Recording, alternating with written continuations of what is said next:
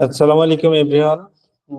আজকে আমি গত 6 দিন আগে মোটামুটি মালয়েশিয়ার এই ভিসা নিয়ে নিজে নিজে কাজ করা শুরু করছিলাম। আসলে মালয়েশিয়ার এই ভিসা করতে চাইছিলাম না, কিন্তু চিন্তা করলাম যে মালয়েশিয়া এই ভিসা দিচ্ছে যেহেতু তাহলে একটা অ্যাপ্লাই করি, করে ঘুরে আসি। আমার আসলে ওই দিকে যাওয়া হয় নাই। আমি আমার ভিজিট আসলে অরিজিনালি বলতে গেলে আমার একটা দেশে দুবাইতে কয়েকবার গেছিলাম, 3বার টোটাল। তো আমি অ্যাজ এ টুরিস্ট হিসেবে মালয়েশিয়ায় আরেকবার ঘোরার খুব ইচ্ছা পোষণ করতেছি। এই কারণে মালয়েশিয়ার ই ভিসা করছিলাম। তো গ্রুপে অনেকে ভাইয়ের হেল্পের কারণে আমি আসলে মালয়েশিয়ার ই ভিসাটা নিজে নিজে অ্যাপ্লাই করি। প্রথম কাজ আমাদের নিজে নিজে যদি অ্যাপ্লাই করতে হয়, মানে আমি ই ভিসাটা মেনলি আসছেই যেন নিজে নিজে অ্যাপ্লাই করা যায় সেটার জন্য। তো এটা আমরা বাংলাদেশি অনেক ভাই ব্রাদার এটা বুঝি না, বা বুঝতে অনেক সময় সমস্যা হয়, কারণ আমাদের পেপারস ডকুমেন্টস গুলো তো আর ওইরকম হয় না। তো যে কারণে আর কি আমাদের অনেক রকম হ্যাসেল পোহাতে হয়। তো আমি একটা সার্বিক মালয়েশিয়ার ই ভিসা নিয়ে একটা ওভারভিউ দিতে চাই। প্রথম অবস্থায় যেটা আমাদের করতে হবে সেটা হচ্ছে প্রথমে একটা ডেবিট কার্ড, মানে যে কোনো ব্যাংক, এনি ব্যাংক, বাংলাদেশে যে কোনো ব্যাংক থেকে একটা কার্ড নিতে হবে, ভিসা অথবা মাস্টার কার্ড। এবং সেখানে 1,000 বা $500 এনরোলস করতে হবে। এনরোলস করলে আসলে টাকা কাটবে না, ওইটা অটোমেটিক। মানে এনরোলস মানে হচ্ছে আমি পারমিশন দিলাম যে ফরেন কারেন্সি কোনো কিছু ইউজ করবো। তো সেক্ষেত্রে আমার সবচেয়ে বেটার মনে হয় সিটি ব্যাংকের অ্যাকাউন্ট খোলা। Others UCB bank, Islamic bank, বিভিন্ন ব্যাংক আছে, সেখানেও অনেক সুবিধা পাওয়া যায়। বাট সিটি ব্যাংকের অ্যাকাউন্ট খুললে অনেক সময় ভিসা টিসা তারা দেখতে চায় না, পাসপোর্ট থাকলেই হয়।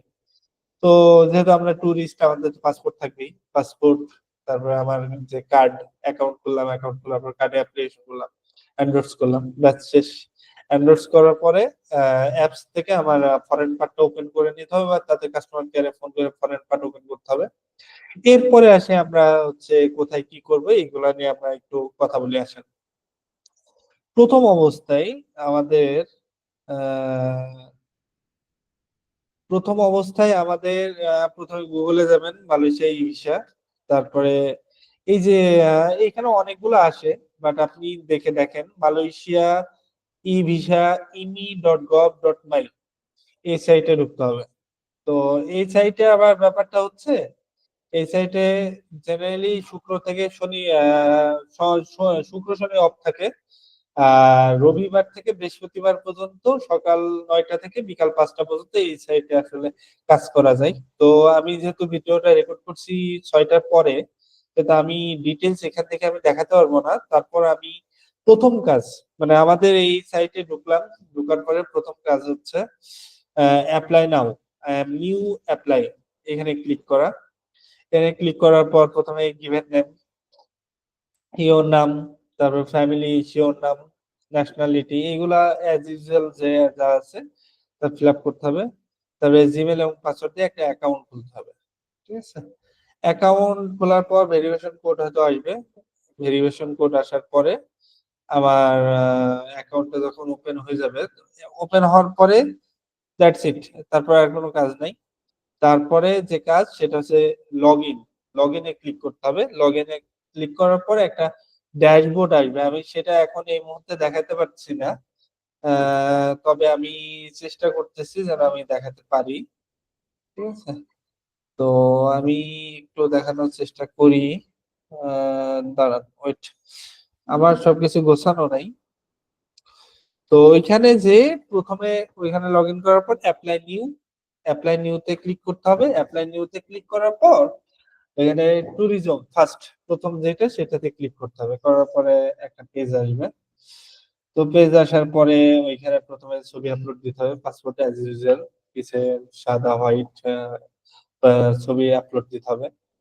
পাসপোর্টের ছবি ফুল আপলোড দেওয়াটাই উত্তম।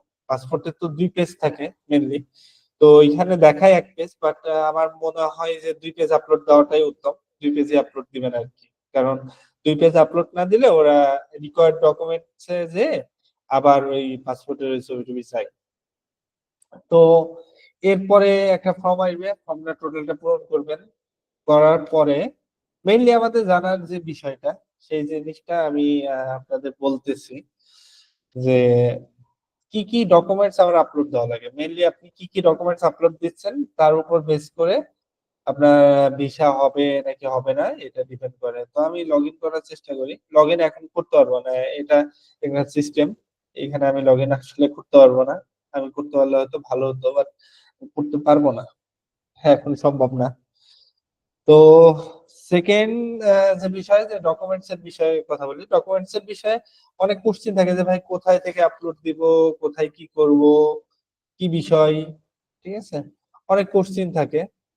তো সেই ক্ষেত্রে আমি বলবো যে আপনারা হচ্ছে যেটা করবেন, গোজায়ান মোবাইল থেকে এটা অ্যাপ্লাই করবেন। মোবাইল থেকে গোজায়ানে যাবেন, গোজায়ানে যে অ্যাজ ইউজুয়াল একটা ডেট সিলেক্ট করবেন। ধরেন আমি আজকে অ্যাপ্লাই করবো, তারপরে আজ থেকে 10 দিন পরে একটা ডেট, 10 দিন বা 1 সপ্তাহের জন্য একটা বুকিং দিব। তো বুকিং দেওয়ার পরে সবকিছু ঠিক করব, সব পেপার টেপার যা দরকার সবকিছু দিব। দেওয়ার পর আমি হচ্ছে পিএনআর এই ইয়ে আসবে, কি বলে ওই আপনার হচ্ছে পেমেন্ট করার সময় পেমেন্ট আর করবো না, তাহলে ওটা বুকিং হয়ে গেল। বুকিং হওয়ার পরে আমরা যেটা করব সেটা হচ্ছে বুকিংসে যাব, অ্যাপসে বুকিংস নামে একটা অপশন থাকবে, সেইখানে যাব। তো সেইখানে যাওয়ার পরে ওখানে বুকিং লেখা থাকবে যে মেক পেমেন্ট বা ইয়া, ঠিক আছে, ওটার আর দরকার নেই, ওইটা আর করবো না আমরা। আমরা ডিরেক্ট কি করব হচ্ছে বুকিং এর ভিতরে চলে যাব, মানে বুকিং এর মধ্যে যে বুকিংটা হলো, পেমেন্ট অপশনটা ক্লিক না করে ওই বুকিং অপশনে যে একটা স্ক্রিনশট নিব, উপরের অংশটা বাদ দিব, ওই ডাউনলোড টিকিট বা হাবি জাবি কিছু নেট পেমেন্ট যেগুলো থাকবে ওই অংশটুকু বাদ দিয়ে আমরা একটা স্ক্রিনশট তুলবো। সেখানে আপনার থাকবে পিএনআর নাম্বার, কবে আসবেন কবে যাবেন সেটা, এবং আপনার ডিটেলস থাকবে, মাহফুজুর রহমান কেমন নাম্বার যাবেন ছিল তেমন থাকবে। তো যেটা সেটা নেওয়ার পরে ডকুমেন্টস ওইটা পিডিএফ করব, ঠিক আছে, ওই যে যে পিজি আছে সেটা আমরা পিডিএফ করব, সেটা ক্যাম স্ক্যানার, ফোনে অ্যাপস আছে, ক্যাম স্ক্যানার দিয়ে আমরা পিডিএফ করব। 1 নাম্বার ডকুমেন্টস আমার কমপ্লিট।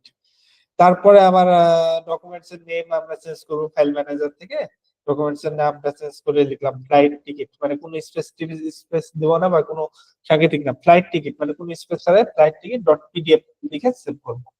ব্যাস আমার ফ্লাইট টিকিটটা ঝামেলা শেষ। এরপরে আসবে হচ্ছে হোটেল অ্যাকোমোডেশন। তো হোটেলটা হচ্ছে আমরা বুকিং.com এ যাব, বুকিং.com থেকে আমরা কুয়ালালামপুর বা মালয়েশিয়া যে কোনো স্টেটে কিছু বুকিং আছে যেখানে পেড করা লাগে না, পে করা লাগে না, অ্যাকচুয়ালি পে করা লাগে না। সেসব হোটেল থেকে একটা হোটেল সিলেক্ট করব, সিলেক্ট করে আমরা হচ্ছে হোটেলটা বুকিং দিব। হোটেলটা বুকিং দেওয়ার পরে ওইখানে আবার পে করা লাগবে না যেহেতু, তাহলে আমার বুকিংটা হয়ে যাবে, বুকিং কনফার্মেশন হয়ে যাবে। 15-20 মিনিট পরে বুকিং জন্য ইউজ অফলাইন নামে একটা অপশন থাকবে বা ডাউনলোড অফলাইন এরকম কিছু থাকবে, সেখান থেকে আমি ইয়েটা হোটেল বুকিংটা আমি ডাউনলোড করে নিব, ঠিক আছে। হোটেল বুকিংটা ডাউনলোড করার পরে আমি হচ্ছে ওইটা ওইটাতে আমরা এডিট করবো, এডিট করে আবার লিখবো হোটেল বুকিং ডট পিডিএফ, ঠিক আছে, মানে যে পেপারটা থাকে ওটা আপনি সরাসরি আপলোড করতে পারবেন না, তাহলে তখন হোটেল বুকিং ডট পিডিএফ করবো। তাহলে পিডিএফ তো হয়ে গেল ডাউনলোড, যেহেতু পিডিএফ আমার তো আর পিডিএফ করা লাগতেছে না, ব্যাস শেষ, হোটেল বুকিং এর ঝামেলা শেষ। তারপর হচ্ছে লেটেস্ট ব্যাংক স্টেটমেন্ট, এই বিষয়টা কি করবো, আমরা ব্যাংকে যাব, ব্যাংকে যেয়ে সরাসরি বলবো ভাই আমার ব্যাংক স্টেটমেন্ট দেন লাস্ট 6 মান্থস, এবং আমাকে উইথ ব্যালেন্স সহ একটা সলভেন্সি পেপার দেন, ব্যাংক সলভেন্সি। কত কিছু ফি কাটবে, কাটার পর ওরা আপনাকে দিবে, দেওয়ার পরে ওইটা আপনি কি করবেন, অবশ্যই ব্যাংক থেকে নেবেন, কারণ আপনি ব্যাংক থেকে না নিলে ওইটা অথরাইজড হয় না, আনঅথরাইজড থাকে। তো এই কারণে আপনি অবশ্যই ব্যাংক থেকে নেবেন। ব্যাংক থেকে নেওয়ার পরে আপনি কি বলে স্ক্যান করবেন, যে কোনো দোকানে যে আপনি স্ক্যান করবেন, ভালো একটা স্ক্যানার দিয়ে স্ক্যান করবেন, স্ক্যান করার পর বলবেন পিডিএফ করে দেন, পিডিএফ করে দিবে। এখন পিডিএফ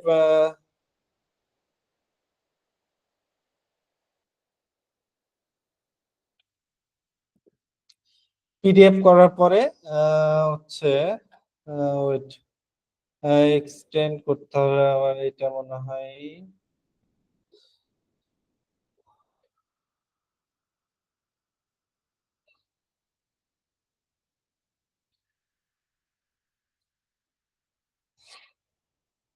যাই হোক, হয়তো কেটে যাবে, কেটে যাবে, আবার নতুন করে করতে হবে আর কি। আচ্ছা, ঠিক আছে, আমি নেক্সট দেখি, আমি ভিডিও সংযোজন করে দিব, অ্যাড করে দিব আর কি, ভিডিও কেটে গেলে যাক। ওকে। তো তারপরে আর কি, এই তো, তো ওইটা পিডিএফ করার পরে, পিডিএফ অবশ্যই মাস্ট 2 MB এর নিচে হবে। আপনি যদি পিডিএফ 2 MB নিয়ে না হয়, নিচে যদি না হয় তাহলে 5-6 MB বা 10 MB হলো, আপনি যখন আছে পিডিএফ কম্প্রেসর এখানে সার্চ করবেন, পিডিএফ কম্প্রেসর, এখানে যে আপনি এটা পিডিএফ কম্প্রেস, প্রথম লিঙ্কটাই আপনি পিডিএফ কম্প্রেস করে 2 MB এর নিচে নিয়ে আসবেন আর কি। 2 MB এর নিচে হয়ে যাবে, সমস্যা নেই। আচ্ছা, ঠিক আছে, হলো। তো এরপরে যেটা করতে হবে যে previous visa, formal visa, previous আপনার বিভিন্ন কান্ট্রি ভিসা থাকতে পারে, সেই ভিসাগুলো আপনি যদি পাসপোর্টে থাকে পাসপোর্ট থেকে, অথবা আপনার হচ্ছে ই ভিসা থাকলে ই ভিসা গুলা প্রিন্ট করে, প্রিন্ট করা লাগবে না, মানে ওইটা ডকুমেন্ট ক্যাম স্ক্যানার ইউজ করবেন, ক্যাম স্ক্যানার ইউজ করে আপনি ওইগুলা সব একসাথে করে নেবেন। ঠিক আছে, যে 4টা দেশের ভিসা থাকলে 4টা দেশের ভিসা, মানে এখানে বলতেছে যে previous Malaysia visa for Bangladeshi, মানে এটা বলতেছে, বাট আপনি আদার্স যে ভিসাগুলো আছে সেই ভিসাগুলো আপনি এখানে দিতে পারবেন আর কি। ঠিক আছে, তাহলে আপনার আবেদনটা একটু শক্তিশালী হবে। তো এরপরে যেটা হচ্ছে আদারে যে আপনার প্রফেশনাল যে ইয়েটা, আপনি আপলোড দিবেন। যেমন ফর এক্সাম্পল আমি আপলোড দিয়েছিলাম আসলে, কি আমি দেখাই, আমি নিজে বের করে দিয়ে বলছি, ক্যাম স্ক্যানার, আচ্ছা, এখানে অনেক কিছুই আপলোড দেওয়া লাগে, আদার্স ডকুমেন্টস আসলে solvency, bank certificate, bank bank যে স্টেটমেন্ট, সেটা কিন্তু এক পিডিএফ এ করবে, এক পিডিএফ এ দিবেন। আর বাকি যেগুলা আমার দেওয়া লাগছে, যে আপনার হচ্ছে যে বিজনেস, যেমন আমার বিজনেস ছিল, আদার্স এনওসি এগুলো দেওয়া লাগে, বাট আমার যেহেতু বিজনেস, সেহেতু আপনার হচ্ছে বিজনেস যে লেটার প্যাড আছে, ঠিক আছে, সেই লেটার প্যাডের উপরে আপনি একটা অ্যাপ্লিকেশন লিখবেন, আমি অ্যাপ্লিকেশনের ডক ফাইল আমি দিয়ে দেবো, এটা আপনি এডিট করে আমি ডেসক্রিপশনে আপনি অবশ্যই পাবেন। ঠিক আছে, ডেসক্রিপশনে আমি দিয়ে দিব যে কি করবেন। তো সেইখান থেকে আপনি ওইটা এডিট করে নেবেন, এডিট করে আপনার পাসপোর্ট নাম্বার হাবি জাবি দিবেন, প্রথম হয়ে গেল। মানে এটা আপনি কপি করে জাস্ট আপনার ইনফরমেশন গুলো বসাবেন, আর কবে থেকে কবে যাচ্ছেন এটা এডিট করে নেবেন। আমি যেহেতু ডক ফাইল দেবো, সেহেতু আর টেনশন করার কোনো কারণ নেই। তারপরে হচ্ছে ট্রেড লাইসেন্স অবশ্যই ইংলিশে। ঠিক আছে, এখন বর্তমানে ই ট্রেড লাইসেন্স যেগুলো, মানে যেগুলো অনলাইন থেকে ট্রেড লাইসেন্স ডাউনলোড করা যায়, সেগুলো ইংলিশে পাওয়া যায়। আর যদি ইংলিশ না হয়, বাংলা থাকলে এটা নটারি করে নেবেন, নটারি করে স্ক্যান করে নেবেন। ঠিক আছে, আর তারপরে আপনার যেটা লাগবে ভিজিটিং কার্ড। ঠিক আছে, ভিজিটিং কার্ড আপনি আপলোড দিবেন, আপলোড দেওয়ার পরে সাবমিট করে দিবেন। সাবমিট করার পরে পেমেন্ট অপশন আসবে, পেমেন্ট অপশনে আপনি পেমেন্ট সিলেক্ট করবেন। ও, তার মধ্যে আর একটা বিষয় হচ্ছে ছবি অ্যাডজাস্টমেন্ট। এখানে পাসপোর্ট আর ছবি অ্যাডজাস্টমেন্টের মধ্যে ওদেরই একটা টুলস আছে, সেখানে এই ছবিটা অ্যাডজাস্টমেন্ট করে নেবেন, মানে সেখানে আপনার মুখের ছবিটা, মানে তারা ওইটা দেখলে বোঝা যায়, যেটা আমি পারছি আপনারা পারবেন। ওইটা যেহেতু আমি এখান থেকে দেখাতে পারছি না, আমি দেখাতে পারলে আমি অবশ্যই দেখাতাম। কালকে আমি আর একটা ভিসা আবেদন করব, যদি করি তাহলে আমি ওইটাও রেকর্ড করে রাখবো, রেকর্ড করে আপনাদের জন্য আমি রাখবো আর কি, ইনশাল্লাহ। ঠিক আছে, তো এরপরে আমার ভিসা আবেদন শেষ, পেমেন্ট করলাম, পেমেন্ট করার পরে তারা বললো 2 working days, but 2 working days হয় না। তো দেখা যায় মোটামুটি 5-6 দিন, 7 দিন, 7 দিন ধরে রাখেন, অনিবারে 7 দিন ধরেন, মানে এই সপ্তাহে অ্যাপ্লাই করলে সামনের সপ্তাহে। তারা আবার রিকোয়ার্ড ডকুমেন্টস এর জন্য আমাকে মেল করলো যে রিকোয়ার্ড আরো কিছু ডকুমেন্টস লাগবে। তো তখন আমি তাদের রিকোয়ার্ড ডকুমেন্টস তারা অ্যাজ ইউজুয়াল মানে সবাইকে ওটা দেয়, বাট অ্যাজ এ বিজনেসম্যান আমাকে যেগুলো দিছিল সেগুলো আমি দিছি। তার মধ্যে প্রথম, মানে এখানে কয়েকটা পয়েন্ট আছে, সেই পয়েন্ট গুলো আমি দেখে দেখে বলতে হবে, বলতেছি।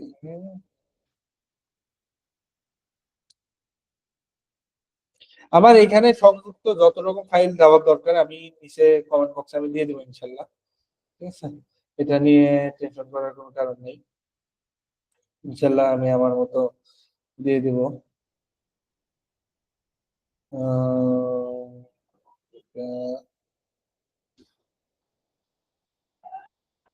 ওকে, ঠিক আছে। ওই আর একটা বিষয় হচ্ছে রিফাত হাসান রাব্বি ভাই, অনেক অনেক ধন্যবাদ, উনি আমাকে অনেক হেল্প করছে।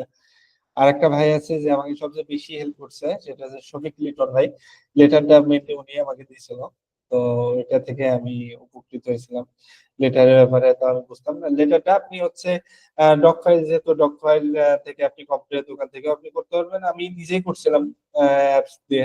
আপনি আহ, যে আপনার লেটার প্যাড আছে সেটার ছবি তুলে আপনি ক্রপ করে ডকে অ্যাডজাস্ট করলেন, ল্যাপটপ থেকে অ্যাডজাস্ট করলেন, করে নিচে লিখে দিলেন, ঠিক আছে। ওইটা কোনো ইস্যু না, মানে কোনো সমস্যা নেই আর কি। করলেই করা যায় আর কি। তো হ্যাঁ, এখন যেটা হচ্ছে হৃদয়, রাব্বি, রাব্বি ভাই, আচ্ছা। এখন এইখানে যখন রিকোয়ার্ড ডকুমেন্টস ওরা বলে 7 দিন পরে আপনাকে মাস্ট বি রিকোয়ার্ড ডকুমেন্টস, বর্তমানে বাংলাদেশ মনে হয় সবার কাছে চাচ্ছে, আমি জানি না। তো যেহেতু রিকোয়ার্ড ডকুমেন্টস চাচ্ছে সে তো দিতে হবে। সেটা হচ্ছে প্রথম ফটো অ্যাপ্লিকেন্ট, মানে আপনি একটা ফটো তুলবেন, আপনার যে অফিস, বিজনেসম্যান হলে আপনার অফিসে একটা ফটো তুলবেন, আদার্স যা চাবে তাই। তো আমার ক্ষেত্রে যেটা অ্যাজ এ বিজনেসম্যান হিসেবে আমি অ্যাপ্লাই করছি, আমি সেটাই বলবো, এক্সট্রা কিছু বলতে চাচ্ছি না। তো ফটো অফ অ্যাপ্লিকেন্টে যাবেন, ফটো অফ অ্যাপ্লিকেন্টে যাওয়ার পর সেখানে বাসা থেকে ছবি তুলবেন। তারপরে মানে অফিসে বসে একটা ছবি তুলবেন। ইন জেনারেল আপনার অফিসে কাজ করতেছেন ওইরকম ভাবে একটা ছবি তুলবেন, বসার তো জায়গা আছে অবশ্যই। আর একটা যে সাইনবোর্ড, আপনার যে সাইনবোর্ড আছে সেই সাইনবোর্ডে ছবি তুলবেন। তারপরে যে ইনকাম ট্যাক্স, ইনকাম ট্যাক্স এর বিষয়ে আমি বলতে পারি যে ইনকাম ট্যাক্সটা আপনার হচ্ছে আহ 3 সার্টিফিকেট মাস্ট বি দিবেন। আর ইনকাম ট্যাক্সটা যেটা করবেন সেটা হচ্ছে আপনার যদি ইনকাম ট্যাক্স বাংলায় হয়, যেমন আমার বাংলায় ছিল, আমি আমার লয়ারকে ফোন দিছিলাম, ফোন দেওয়ার পরে কিছু টাকা দেওয়ার পর উনি আমাকে ইংলিশে কনভার্ট করে দিচ্ছে আর কি। ওনাকে বললে হবে যে ভাই ইনকাম ট্যাক্স সার্টিফিকেটটা দেন। জিরো রিটার্ন যদি দেওয়া থাকে তাহলে সেক্ষেত্রে লয়ারকে বললে লয়ার ওইটা ঠিক করে দেবে। জিরো রিটার্ন থাকলে কিন্তু হবে না, কিছু পেমেন্ট করার থাকা লাগবে ইনকাম ট্যাক্স এর জন্য। তো কিছু পেমেন্ট করার পরে ওনারা আপনাকে একটা পিডিএফ পাঠিয়ে দিবে, ওই লয়ার আর কি। অথবা আপনি নটারিও করতে পারেন, যে যেমন করে। ফ্যামিলি পোর্ট্রেট মানে ফ্যামিলির সাথে একটা ছবি তুলবেন, কোথাও ঘুরতে গেছেন এমন একটা ছবি। আর আপনি একটা টুরিস্ট, এটা তো প্রমাণ করতে হবে নাকি? তো এটা প্রমাণ করার জন্য একটা ছবি তুলবেন, দ্যাটস ইট। তারপরে হচ্ছে আপলোড স্টক পারচেজ। এরপরে যেটা ফোন নাম্বার, যেটা ইম্পর্টেন্ট সেটা হচ্ছে আপলোড স্টক পারচেজ ভাউচার অথবা এমপ্লয়ি স্যালারি পেমেন্ট। তো আমার যেটা হয়েছিল যে আমি এমপ্লয়ীদের হ্যান্ড ক্যাশে টাকা দিতাম, ক্যাশ টাকা। তো ফলে আমার হচ্ছে এমপ্লয়ি স্যালারি পেমেন্ট ছিল না, আমি এটা দিতে পারি না। তো ওদের আরেকটা অপশন আছে বিজনেস রিলেটেড ডকুমেন্টস। তো দেখা যাচ্ছে যে বিজনেস মানে আমি তাদের কাছে বিভিন্ন প্রোডাক্ট কিনতেছি, বাই করতেছি, সেল করতেছি। তো ওইগুলাই আর কি, যে আপনার বিজনেস রিলেটেড তাদের সাথে যে আপনার লেনদেন হয় সেটার একটা ইনভয়েস, ডেলিভারি স্লিপ, তারপরে আপনার হচ্ছে বিভিন্ন প্রোগ্রাম হলে যে ওরা সার্টিফিকেট দেয়। যেমন আমার তো অটোবি ফার্নিচার ছিল, তো অটোবি থেকে ওদের হচ্ছে বিজনেস সামিট হয়েছিল, ওই সামিটে একটা সার্টিফিকেট দিছিল, ওই সার্টিফিকেটটা দিয়েছিলাম। এই আর কি। এইগুলা দেওয়ার পরে এইগুলা সব একসাথে সিরিয়ালি ক্যাম স্ক্যানার, যে পেজি গুলা আপনি হচ্ছে ক্যাম স্ক্যানারে পিডিএফ করে নেবেন, তারপর 3-4টা পিডিএফ হবে, ওইগুলো এক পিডিএফ এ মার্জ করবেন। মার্জ করার পরে হয়তো এটা ফাইল হবে 4 এমবি, 5 এমবি, 6 এমবি, 10 এমবি, যা হলো হলো। আপনি আবার গুগলে যে সার্চ করবেন পিডিএফ কম্প্রেসর, সেটা সার্চ করার পর কম্প্রেস পিডিএফ করবেন। কম্প্রেস পিডিএফ করার পর ডাউনলোড করে দেবেন। এটা টোটালি ফ্রি, এটা নিয়ে টেনশন করার কোনো কারণ নেই। তো তারপরে আপলোড দিয়ে দিবেন। আপলোড দেওয়ার মোটামুটি 20-30 মিনিটের মধ্যে, যদি প্রবলেম না থাকে তাহলে 20-30 এর মধ্যেই আপনার অ্যাপ্রুভ হয়ে যাবে, ভিসা পেয়ে যাবেন। ঠিক আছে, এই হলো বিষয়। আপনি আরেকটা বিষয় আমি বলে রাখি, যে বিষয়টা জানানো ইম্পর্টেন্ট। আপনার একটা অ্যাকাউন্ট থেকে আপনি চাইলে 10-12টা অ্যাপ্লাই করতে পারবেন, সমস্যা নেই। কিন্তু এক একজনের জন্য এক একটা ফি দেওয়া লাগবে মাসে। দেখা যাচ্ছে আমার জন্য 126 রিঙ্গিত লাগে। মোটামুটি আমার 3500 টাকা কাটছে আর কি, 3500 সামথিং। এই হলো টোটাল সামারি। এরপরে বাকিটা আপনারা করতে পারবেন। আর আমি ইম্পর্টেন্ট যে লিঙ্ক গুলো আছে, যেমন পিডিএফ কম্প্রেস করার জন্য পিডিএফ লিঙ্ক, ঠিক আছে। তারপরে মালয়েশিয়া ই ভিসার লিঙ্ক, তারপরে ক্যাম স্ক্যানার, গুগলে সার্চ করলে হবে, তাও ক্যাম স্ক্যানার লিঙ্ক দিয়ে দিব। আর কিছু ইম্পর্টেন্ট ডকুমেন্টস, মানে আপনাদের সবচেয়ে বেশি যে জিনিসটা লাগে লেটার প্যাডে, যে আমি যে ডকুমেন্টসটা আমি দিব সেটা কি দিব, কি লিখবো, এরকম একটা ইচ্ছা হয়। তখন তা একটা ঝামেলা পড়তে হয়। তো ওই আর কি। আর সর্বশেষ শফিক লিটন ভাইকে অনেক অনেক থ্যাঙ্কস, অনেক অনেক ধন্যবাদ। আর রিফাত হাসান রাব্বি ভাই, অনেক অনেক ধন্যবাদ ভাই। ঠিক আছে, আপনার কারণে, আপনাদের কারণেই আমি সাহস পেয়েছি এবং ভিসা পেয়েছি। আর ইনশাল্লাহ এই চ্যানেলে আমি তো সামনে আরো ভিসা করবো হয়তো। ঠিক আছে, আমার জন্য ভিসা বা আমার আত্মীয় স্বজনের জন্য ভিসা, মোটামুটি ভিসা ব্যাপারে অ্যানালিসিস করতেছি। আমার প্রফেশন কিন্তু মোটেও ট্রাভেল এজেন্সি না বা ট্রাভেল এজেন্সি হিসেবে এটা সাবমিট করতেছি এরকম না।